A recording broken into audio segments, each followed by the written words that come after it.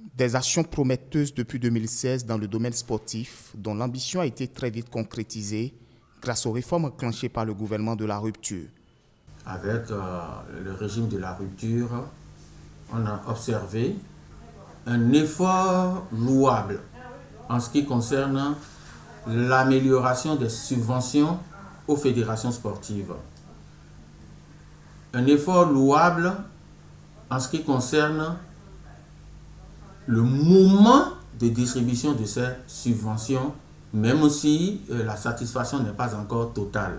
Et nous avons constaté, avec l'avènement de Romeki à la tête du ministère en charge des sports, qu'un gros effort a été fait après l'année 2016, qui a été une année difficile, compliquée. En 2017, les subventions sont arrivées au mois d'avril. On a dit bravo, parce que déjà, au mois d'avril, il y a un léger mieux par rapport à ce qui se faisait. Le ministre actuel des Sports a fait un travail très important. J'ai envie de dire un travail titanesque, un travail herculien au niveau donc de ce département ministériel. Dans presque toutes les disciplines sportives, les mêmes chances sont accordées aux différentes fédérations ou associations avec quelques signaux visibles. On peut dire que de mieux en mieux, le sport béninois est moins secoué par les crises. Le chef de l'État s'est impliqué dedans, d'abord en impliquant son ministre, Oswald Romeki, puis en venant à la rescousse, ce qui a abouti à la paix des braves entre griffes, qui a eu lieu au Palais de la République, en présence du chef de l'État et sous sa responsabilité. Et c'est ça justement qui a fait peur, entre griffes aussi, aux acteurs qui jusque-là se gardent d'allumer encore ou de déterrer encore la rage de guerre. À peine arrivés au pouvoir, les différents acteurs sportifs, notamment du football béninois, ont été par exemple installés sous l'égide du président Patrice Talon, un comité exécutif transitoire de 21 membres pour conduire à la renaissance du football béninois. Grâce au dynamisme, à l'esprit d'ouverture et au sens d'écoute de toute la chaîne, l'espoir renaît dans les cœurs, avec même pour conséquence positive la levée de la suspension de la FIFA. Aussi peut-on noter l'exploit des écureuils à la Coupe d'Afrique des Nations en 2019, sans oublier les résultats probants enregistrés dans d'autres disciplines. Il y a eu beaucoup moins de bruit au niveau du football. On a vu les résultats à la dernière Coupe d'Afrique des Nations. S'il y avait encore la crise, ce qui s'était passé en 2010 aurait pu nous arriver. Le Bénin a pu se comporter. En tout cas, on est allé en quart de finale. On se rappelle de ce 5 juillet 2019. C'était une fête nationale, j'ai envie de dire, lorsque on s'était qualifié pour les quarts de finale devant le Maroc.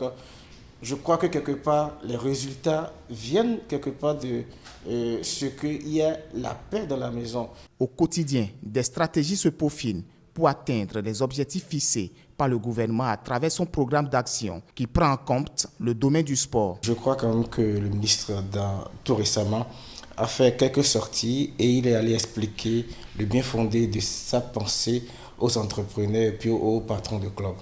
L'essentiel est que ces derniers comprennent un peu les bien fondés de tout ça pour que désormais au Bénin, les joueurs puissent mieux vivre, s'épanouir du football et qu'au terme, nous puissions avoir des stars bien révélés et d'ici 2023-2026 pour qu'on parle davantage du Bénin dans ce qui est donc de cette discipline sportive-là. En effet, le 31 août 2020, de grands projets sportifs ont été présentés encore aux acteurs impliqués par le ministre des Sports, Oswald Romeki. L'objectif visé est qu'il sera institué au Bénin que l'ensemble des clubs qui participent au championnat professionnel soient des clubs professionnels et appartiennent à des personnes morales ou commerciales. Cette réforme est faite dans le but de sécuriser d'abord la rémunération des joueurs et des encadreurs, d'augmenter le niveau d'intensité de nos différents championnats et enfin d'établir, d'instaurer dans notre pays le business du sport. Parce qu'aujourd'hui, les entreprises que nous avons rencontrées sont invitées à créer des sociétés sportives qui ensuite vont, à travers des conventions, opérer la partie professionnelle des associations qui, elles, continuent d'appartenir à leurs différents membres fondateurs. C'est donc dire que le Bénin entend restructurer son championnat, une réforme importante qui permet de prendre un pas important sur l'avenir, surtout de faire du Bénin une nation sportive qui respecte les règles en la matière. Le sport va connaître un pas important, le sport va connaître plus de rayonnement. Vous savez que l'État béninois, sous la conduite du président Talon, a commencé à faire beaucoup de choses pour améliorer les conditions et qu'aujourd'hui, le gouvernement est résolument engagé pour continuer à faire les choses de sorte à faire du Bénin un modèle en matière sportive. Ça permettra aux jeunes vraiment d'aller vers cette discipline et de travailler à pouvoir révéler, j'ai envie de dire, le football ou le sport au Bénin. L'ambition du gouvernement est allée au-delà. Il a décidé aussi de procéder aux travaux de construction et de réhabilitation des stades omnisports à travers tout le territoire national. Une vue d'en haut montrant les efforts consentis. Je suis vraiment content de la réalisation des 22 stades par notre président, M. Patrice Talon. Et ces 22 stades vont permettre de développer, permettre à la jeunesse de rentrer dans ce qu'on appelle le football. Je crois que c'est une bonne chose et c'est une bonne initiative qu'il faut saluer d'ailleurs, puisqu'on ne saurait le dire qu'aujourd'hui le football est un facteur de développement, le sport en général est un facteur de développement. Donc j'encourage notre nation à pouvoir vite valider ce programme pour qu'on puisse avoir ces stades pour le bien-être de la population béninoise. 22 stades en moins de 5 ans, un exploit de l'équipe gouvernementale à travers le ministère des Sports. Le Bénin se révèle progressivement dans le domaine sportif, une réalité prouvée sans tapage médiatique. On a vu les présidents passer par ici, mais ils disent les choses seulement, mais ils ne le font pas. Mais notre président, M. Patrice Talon, il a essayé, il l'a dit et il est en train de le faire.